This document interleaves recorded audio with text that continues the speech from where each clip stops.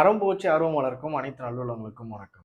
கொஞ்ச நாளுக்கு முன்னாடி வரைக்கும் சினிமா என்டர்டைன்மெண்ட் இருந்த பல பேரோட சோசியல் மீடியா ஃபீட்ஸ் பாத்தீங்கன்னா ரீசெண்ட் டேஸஸ்ல அரசியல் பிரஸ் மீட் அசம்பிளின்னு மாறிட்டு இருக்கதை நோட் பண்ணியிருப்போம். என்னடா கரெக்டா தானடா கொஸ்டின் கேட்கறான், ஒழுங்கா ஆன்சர் பண்ணாம ரீல்ஸ் எடுத்துட்டு இருக்கீங்க அப்படின்னு சொல்லி சில பேரும், என்னடா பேசுன்றீங்க, பேசணும்னு நினைச்சு வெளியே போயிடுறீங்க அப்படின்னு சொல்லி சில பேரும் மாறி மாறி சண்டை போட்டுட்டு இருக்கத நம்மள மாதிரியான ஆட்கள் வந்து வேடிக்கை பார்க்குற ஒரு பிளாட்ஃபார்மா தான் சோஷியல் மீடியா பிளாட்ஃபார்ம் இப்போதைக்கு இருந்துட்டு. இப்படி நம்மள பல பேர் கண்டென்ட் எடுக்கிற ஒரு பிளாட்ஃபார்மா அசம்பிளி இருக்கிற நேரத்துல அசம்பிளியை பத்தின பேசிக்கான ப்ரொசீடிங்ஸ், அதோட ரூல்ஸ் அண்ட் ரெகுலேஷன்ஸ் ரொம்ப இன்டெப்தா நம்ம போக முடியாது, அது ரொம்ப அதிகமா இருக்கு. அதோட பேசிக்கான ரூல்ஸ் அண்ட் ரெகுலேஷன் வந்து நம்ம தெரிஞ்சுக்கிட்டா இன்னும் ஆக்டிவா கண்டென்ட் எடுக்கலாம் இல்லையா? சோ அதை பத்தின டீடைல்ஸ் தான் வந்து இந்த வீடியோல பார்க்க போறோம். அதுக்கு முன்னாடி நம்மளோட சேனல் இன்னும் சப்ஸ்கிரைப் பண்ணாம பார்த்துட்டு இருந்தீங்கன்னா சப்ஸ்கிரைப் பண்ணிட்டு பாருங்க. அப்பதான் நாங்க போடுற இன்ட்ரெஸ்டிங்கான நியூஸஸ் உங்களை வந்து சேரும். சட்டசபை, அதாவது லெஜிஸ்லேட்டிவ் அசம்பிளி, அங்க வந்து சீஃப் மினிஸ்டர் இருப்பாரு, அதுக்கப்புறம் மினிஸ்டர்ஸ் இருப்பாங்க, எம்எல்ஏஸ் இருப்பாங்க, அதுக்கடுத்து வந்து ஸ்பீக்கர் இருப்பாரு. இது எல்லாமே நம்ம எல்லாருக்கும் தெரியும். அதோட அந்த ஸ்பீக்கருக்கு பக்கத்துல ஒருத்தர் வந்து நின்றுட்டே இருக்கிறாரு. அதோட எம்எல்ஏ சுத்தி வந்து பாத்தீங்கன்னா நிறைய பேர் உட்காந்து நோட்ஸ் எழுதிட்டே இருக்காங்க. இவங்கெல்லாம் யாரு?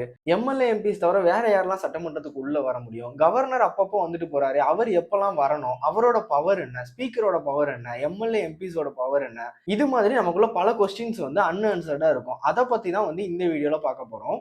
ஃபர்ஸ்ட், சட்டசபை அப்படின்னா என்ன? இந்தியாவில் ஒவ்வொரு மாநிலத்துக்கும் ஒரு சட்டமன்ற அமைப்பு இருக்கு. அந்த மாநிலத்துக்கு ஏற்ப ஒன்னு இல்லது 2 அவைகள் இருக்கும். அதாவது நம்ம வந்து சட்டமன்றம், அதாவது லெஜிஸ்லேட்டிவ் அசம்பிளி அப்படின்னு சொல்லி வச்சிருக்கோம் இல்லையா? அதே மாதிரி சில மாநிலங்கள்ல பாத்தீங்கன்னா 2 அவையா இருக்கு. லெஜிஸ்லேட்டிவ் அசம்பிளி, லெஜிஸ்லேட்டிவ் கவுன்சில் அப்படின்னு சொல்லி வச்சிருக்காங்க. இந்தியாவில் 6 மாநிலங்கள்ல பாத்தீங்கன்னா 2 அவையா இருக்கு. மிச்ச எல்லா மாநிலங்களுமே வந்து ஒரு அவை அப்படின்ற மாதிரி இருக்கு. 6 மாநிலங்கள் எதெல்லாம் அப்படின்னு பாத்தீங்க அப்படின்னா ஆந்திரா, தெலுங்கானா, மகாராஷ்டிரா, கர்நாடகா, பீகார், உத்தரப்பிரதேசம். இந்த 6 மாநிலங்கள்ல பாத்தீங்க அப்படின்னா 2 அவை அப்படின்றத மெயின்டைன் பண்றாங்க.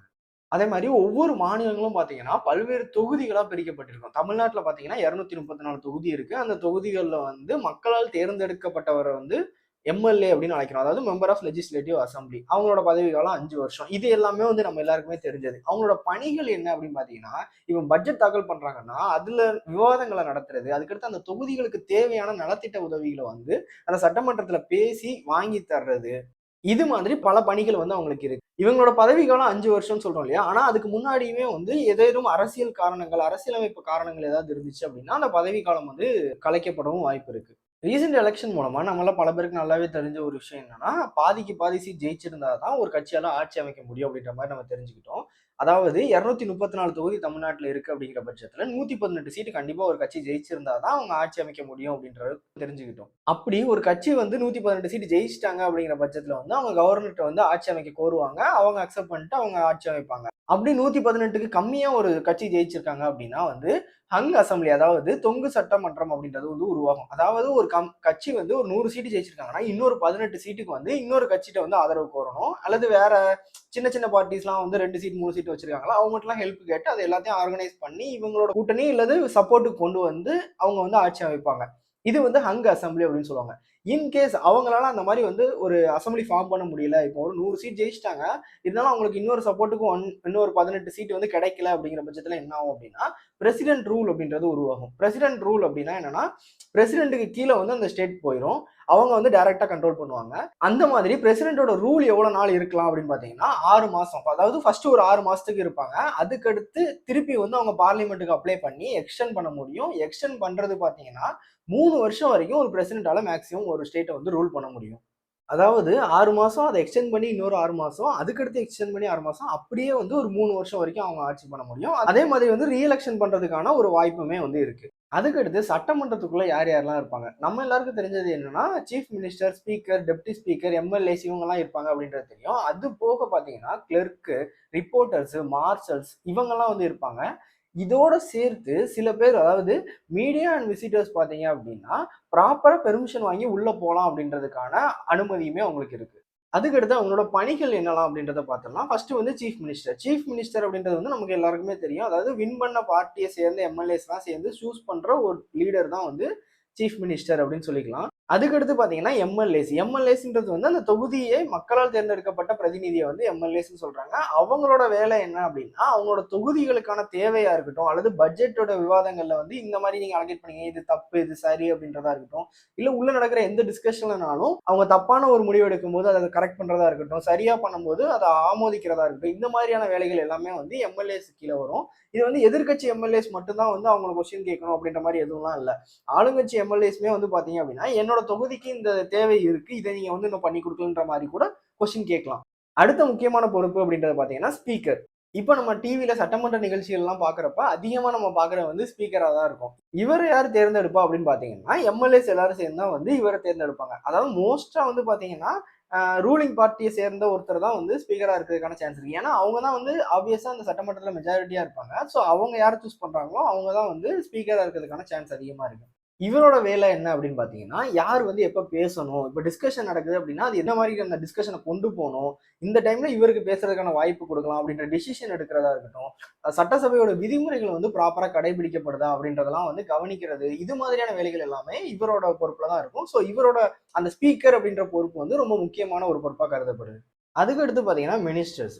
ஆர்டிகல் 164(1)A என்ன சொல்லுது அப்படின்னா, டோட்டல் நம்பர் ஆஃப் ஸ்ட்ரென்த்ல இருந்து 15% ஆஃப் பீப்புள் வந்து மேக்ஸிமம் மினிஸ்டர்ஸா இருந்துக்கலாம் அப்படின்னு சொல்லுது. அதாவது தமிழ்நாட்டுல பாத்தீங்கன்னா 234 தொகுதி இருக்கு இல்லையா, இதுல 15%, அப்போ 35 பேர் வந்து மினிஸ்டர்ஸா இருந்துக்கலாம் அப்படின்னு சொல்லுது. அதே மாதிரி மினிமம் அப்படின்னு பாத்தீங்கன்னா 12 பேர் வந்து மினிஸ்டர்ஸா இருந்துக்கலாம். இந்த மினிஸ்டர்ஸோட பணிகள் என்ன அப்படின்னு பாத்தீங்கன்னா, அவங்களுக்கு ஒதுக்கப்பட்டிருக்க டிபார்ட்மெண்ட்ஸ்ல முக்கியமான முடிவுகள் எடுக்கிறது. அதாவது இப்போ ஏதோ ஒரு பில் பாஸ் பண்ணணும் அப்படின்னா அந்த துறை சார்ந்த மினிஸ்டர்ஸ் தான் வந்து அதை டிராஃப்ட் பண்ணி, அதாவது ஐஏஎஸ் ஆஃபீஸர் மூலமா அந்த டிராஃப்ட்லாம் வாங்கிட்டு அதை வந்து தாக்கல் பண்றதா இருக்கட்டும். இப்போ நிதியமைச்சர் இருக்காரு அப்படின்னா பட்ஜெட் தாக்கல் பண்றது, இது மாதிரி அவங்க துறை சார்ந்த முக்கிய முடிவுகளை வந்து இவங்க தான் எடுப்பாங்க.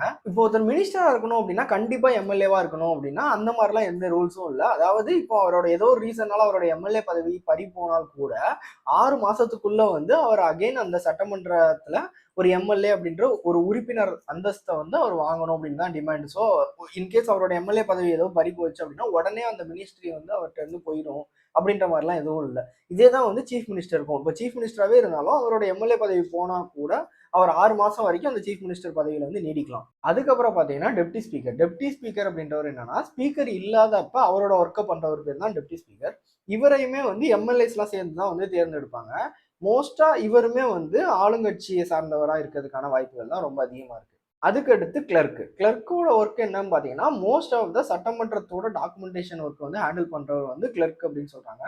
இவங்க என்ன பண்ணுவாங்கன்னா, இப்போ ஒரு பில் பாஸ் ஆகுதுன்னா அதை கிரியேட் பண்றதா இருக்கட்டும், அதுக்கப்புறம் அதை ஆளுநருக்கு அனுப்பணும் அப்படின்னா அதை ஃபுல்லா ட்ராக் பண்ணி அவருக்கு சென்ட் பண்ற வரைக்கும் மோஸ்ட் ஆஃப் த ஒர்க் வந்து இவங்க தான் பண்றாங்க.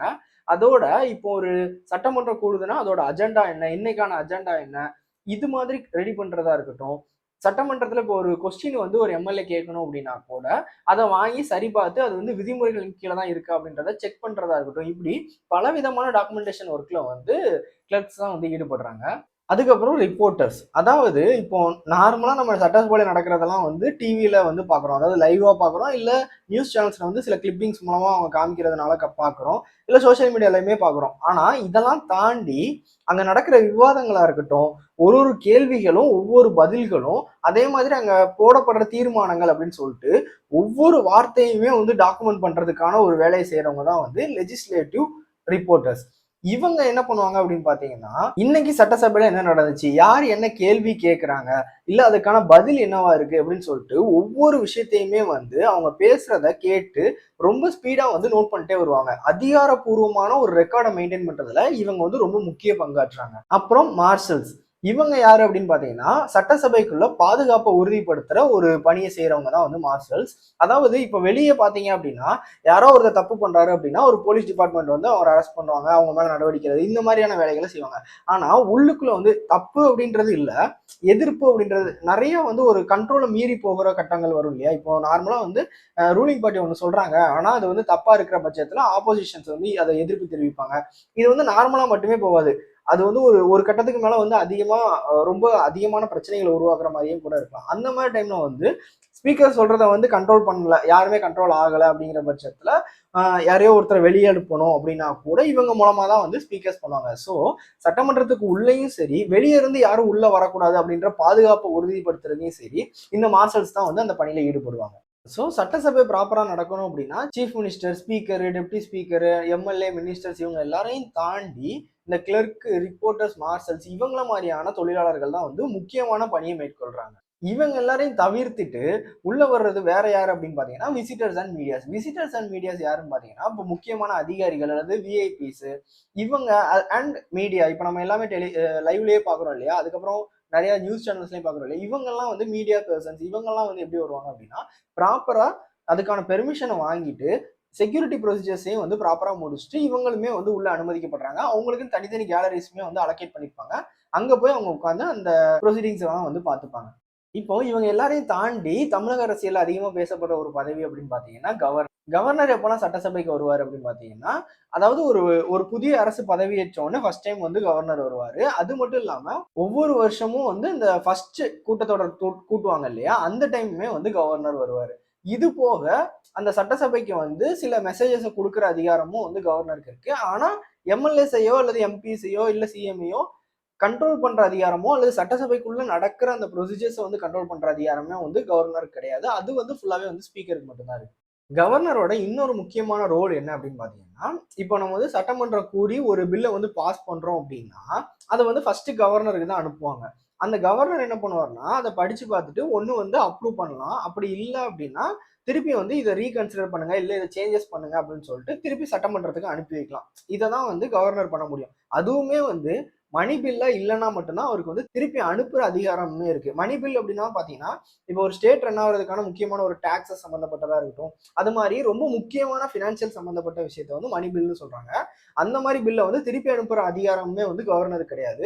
இப்போ நார்மலா ஒரு பில் பாஸ் பண்றோம் அப்படின்னா இப்போ பாஸ்ட் கவர்மெண்ட் கூட வந்து டிஎம்கே கவர்மெண்ட் வந்து இதுக்கு எதிராக, அதாவது நீட்டுக்கு எதிராக ஒரு பில் பாஸ் பண்ணிருந்தாங்க இல்லையா, அது மாதிரி விஷயங்களை வந்து மாத்திக்கங்க அந்த மாதிரி ஏதோ ஒண்ணு இல்ல ரீகன்சிடர் பண்ணுங்கன்னு சொல்லிட்டு திருப்பி சட்டமன்றத்துக்கு அனுப்பலாம். அகைன் ரெண்டாவது முறையும் சட்டமன்றம் கூடி அந்த பில்லை வந்து பாஸ் பண்ணிட்டாங்க அப்படின்னா அதை திருப்பி அனுப்புறதுக்கான அதிகாரம் வந்து கவர்னருக்கு கிடையாது. ஒண்ணு அதுக்கு வந்து அவர் அப்ரூவ் பண்ணணும், அப்படி இல்லை அப்படின்னா ஒரு குடியரசுத் தலைவரோட ஒப்புதலுக்காக அங்க அவரை அனுப்பி வைக்கலாம். இதுதான் வந்து கவர்னரோட ஒரு ரோல். ஸோ ஒரு பில்லு வந்து சட்டமன்றத்துல பாஸ் ஆச்சு அப்படின்னாலே வந்து சட்டம் ஆயிடணும் அப்படின்ற எந்த அவசியமும் இல்லை. அகைன் அது வந்து கவர்னருக்கு போகும். கவர்னர் வந்து அதை அப்ரூவ் பண்ணா இருக்கு, இல்லைன்னா அவர் குடியரசுத் தலைவருக்கு அனுப்பி வைப்பாரு. அகைன் அங்க போயிட்டு அப்ரூவ் ஆகணும். இது மாதிரி நிறைய ப்ராசஸ் அதுக்கு பின்னாடி இருக்கு. நம்ம நீட் பில்லுமே பாத்தீங்கன்னா சட்டமன்றத்தில் அப்ரூவ் ஆயிடுச்சு, கவர்னர்கிட்ட போச்சு அண்ட் அவர் வந்து குடியரசுத் தலைவருக்கு அனுப்பி வச்சிருந்தாரு. அண்ட் குடியரசுத் தலைவர் வந்து அதை நிராகரிச்சாரு. இப்போ வந்து தமிழ்நாடு கவர்மெண்ட் அதுக்கப்புறம் வந்து சுப்ரீம் கோர்ட்டுக்கு போனாங்க. இது மாதிரி நிறைய ப்ரொசீஜர் இருக்குல்ல, இதுதான் வந்து ஆக்சுவலான அந்த ப்ராசஸ். அதுக்கப்புறம் ஸ்பீக்கருக்கு, சீஃப் மினிஸ்டருக்குலாம் வந்து என்ன மாதிரியான ப்ரிவிலேஜ் இருக்கு அப்படின்றத பார்த்தோம்னா, இப்போ ஸ்பீக்கருக்கு பாத்தீங்க அப்படின்னா முன்னவே சொன்ன மாதிரி யார் எப்ப பேசணும், யாரை பேச அனுமதிக்கணும், இது மாதிரியான முக்கிய முடிவுகள்லாம் வந்து ஸ்பீக்கர் தான் எடுப்பாரு. அது மட்டும் இல்லாம இப்போ ஒருத்தவங்க கேள்வி கேட்கறாங்க, அதுக்கு பதில் சொல்றாங்க, இல்ல தீர்மானங்கள் நிறைவேற்றப்படுது, இல்ல ஏதோ ஒரு டிஸ்கஷன் நடக்குது, இது மாதிரி எல்லாமே வந்து அவை குறிப்புல ஏறிட்டு இருக்கும்னு சொன்னேன் இல்லையா, அந்த ரிப்போர்ட்டர்ஸ் மூலமா ரெக்கார்டடா டாக்குமெண்ட் ஆயிட்டே இருக்கும்ல, அந்த டாக்குமெண்ட்ல இதெல்லாம் வந்து அவை குறிப்புல ஏறணும் ஏறக்கூடாது அப்படின்ற முக்கியமான முடிவு எல்லாமே வந்து ஸ்பீக்கர் தான் எடுப்பாரு. அதே மாதிரி ஸ்பீக்கர் பேச ஆரம்பிக்கிறாரு அப்படின்னா எம்எல்ஏவா இருக்கட்டும், மினிஸ்டரா இருக்கட்டும், இல்ல சீஃப் மினிஸ்டராவே இருந்தா கூட இவருக்கு பேச அனுமதி கொடுத்து அவங்க வந்து சைலண்ட் ஆகணும் அப்படின்ற மாதிரி ஒரு முக்கிய ப்ரிவிலேஜும் இருக்கு. இது மட்டும் இல்லாம இப்ப சிஎம்ஏ வந்தா கூட அவர் கட்சி சார்ந்த எம்எல்ஏஸ் மட்டும்தான் வந்து எழுந்து நின்று ஒரு அவர் வர்றப்ப வந்து மரியாதை செலுத்துவாங்க. ஆனா ஸ்பீக்கர் வர்றப்ப பாத்தீங்கன்னா மொத்த எம்எல்ஏஸ்மே வந்து எழுந்து நின்று அவருக்கு மரியாதை செலுத்தணும் அப்படின்ற மாதிரியான ஒரு நடைமுறையுமே வந்து பின்பற்றப்பட்டிருக்கு. அதுக்கப்புறம் சீஃப் மினிஸ்டருக்கான ப்ரிவிலேஜ் அப்படின்னு பாத்தீங்கன்னா இப்ப ஆளுங்கட்சியோட வரிசையில ஃப்ரண்ட் ரோல வந்து ட்ரெஷரி பெஞ்சுன்னு சொல்லுவாங்க, அந்த பெஞ்சில அவருக்கான இருக்கை இருக்கும். ஸோ அதுல உட்கார்றதுக்கான ப்ரிவிலேஜ். அண்ட் தென் இப்ப நிறைய பேர் எழுந்திருக்கிறாங்க அப்படின்னா இப்ப சிஎம் எழுந்திருக்கிறப்ப அவருக்கு வந்து அந்த ஒரு முக்கியத்துவம் கொடுத்து ஃபர்ஸ்ட் அவரை பேச அலோவ் பண்றது, இது மாதிரியான சில ப்ரிவிலேஜஸ்மே வந்து சிஎம்க்கு இருக்கு. அதே மாதிரி எம்எல்ஏஸ்க்குமே வந்து சில பொதுவான விதிகள்லாம் இருக்கு. ஆக்சுவலா ஃபாலோ பண்றாங்களா அப்படின்றது தெரியல, ஆனா சில பொதுவான விதிகள்லாம் இருக்கு. என்ன மாதிரி அப்படின்னு பாத்தீங்கன்னா இப்போ ஒரு எம்எல்ஏ வந்து இன்னொரு எம்எல்ஏ டைரக்டா அட்டாக் பண்ணி பேசக்கூடாது, எதுவா இருந்தாலும் ஸ்பீக்கர் வாயிலா தான் பேசணும் அப்படின்னு சொல்றாங்க. ஸோ நிறைய நம்ம டிஸ்கஷன்ல பார்த்திருக்கோம், தங்கள் வாயிலாக கேட்டுக்கொள்கிறேன் அப்படின்னா வந்து நிறைய எம்எல்ஏஸ் யூஸ் பண்ணிருப்பாங்க. இதுக்கெல்லாம் வந்து ரீசன் இதுதான். அதே மாதிரி இப்போ ஒருத்தர் பேசிட்டு இருக்காரு, ஒரு எம்எல்ஏ பேசிட்டு இருக்காரு அப்படின்னா அந்த டைம்ல ஸ்பீக்கர் குறுக்கிடுறாரு அப்படின்னா இவர் அமைதியாயிட்டு அவருக்கு வந்து அந்த வழி விடணும் அப்படின்ற மாதிரி சொல்றாங்க. அண்ட் தென் இன்னொன்னு பாத்தீங்க அப்படின்னா எம்எல்ஏ வந்து ஸ்பீக்கர்கிட்ட பேசிட்டு இருக்கும்போது குறுக்க யாரும் கிராஸ் பண்ணி போக கூடாது, இது மாதிரி ரூல்ஸ் இருக்குன்னு சொல்றாங்க. அதுக்கப்புறம் நம்ம எல்லாருக்கும் வர ஒரு காமனான கொஸ்டின் என்ன அப்படின்னு பாத்தீங்கன்னா சட்டமன்றம் ஒரு வருஷத்துக்கு எத்தனை வாட்டி கூடும், இது மாதிரி ஒரு கொஸ்டின் வரும். அதாவது இப்போ பார்லிமெண்ட் அப்படின்னு பாத்தீங்கன்னா winter season, monsoon season, budget season இது மாதிரிலாம் கூடும். அப்போ சட்டமன்றத்துக்கு எத்தனை வாட்டி அப்படின்னு கேட்டீங்கன்னா ஆக்சுவலா வந்து சட்டமன்றம் ஒரு வருஷத்துக்கு இத்தனை வாட்டி கூடியே ஆகணும் அப்படின்ற மாதிரி எந்த ரூல்ஸும் இல்லை. ஆனா ஒரு சட்டமன்ற கூட்டத்துக்கும் இன்னொரு சட்டமன்ற கூட்டத்துக்கும் இடையில உள்ள அந்த டைம் பீரியட் அப்படின்றது பாத்தீங்கன்னா 6 மாசத்துக்கு எக்ஸ்டெண்ட் ஆகக்கூடாது அப்படின்னு சொல்றாங்க. அப்போ ஒரு 6 மாசத்துக்கு ஒரு வாட்டியாவது கண்டிப்பா வந்து ஒரு வாட்டி சட்டமன்றம் வந்து கூடிரும் அப்படின்றதுதான் வந்து இதோட கால்குலேஷன். அது மட்டும் இல்லாம பட்ஜெட் கூட்டத்தொடர், அப்புறம் வேளாண் பட்ஜெட் கூட்டத்தொடர் இதெல்லாம் வந்து தமிழ்நாட்டில் நடக்கும் இல்லையா? இப்போ பட்ஜெட் கூட்டத்தொடர் அப்படின்னா வந்து ஒரு ஃபினான்ஷியல் இயருக்கும் ஒரு வாட்டி கண்டிப்பா வந்து பட்ஜெட் கூட்டத்தொடர் நடந்துரும்.